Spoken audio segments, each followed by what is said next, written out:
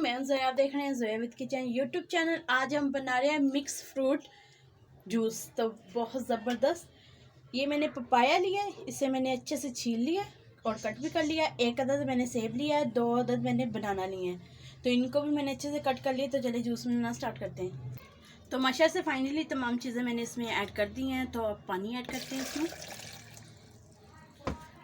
और 2 टेबलस्पून इसमें चीनी ऐड करनी है। मीठा आप अपने टेस्ट के हिसाब से कम ज़्यादा कर सकते हैं।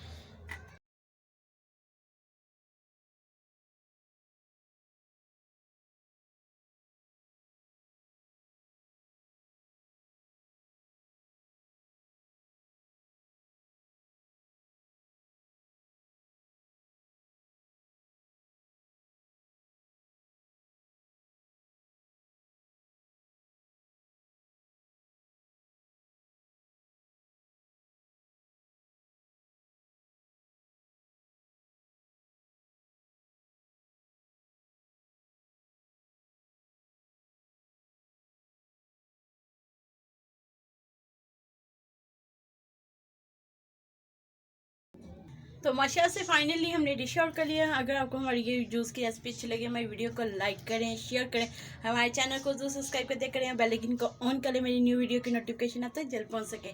Thank you watching my video. के अल्लाह हाफिज़।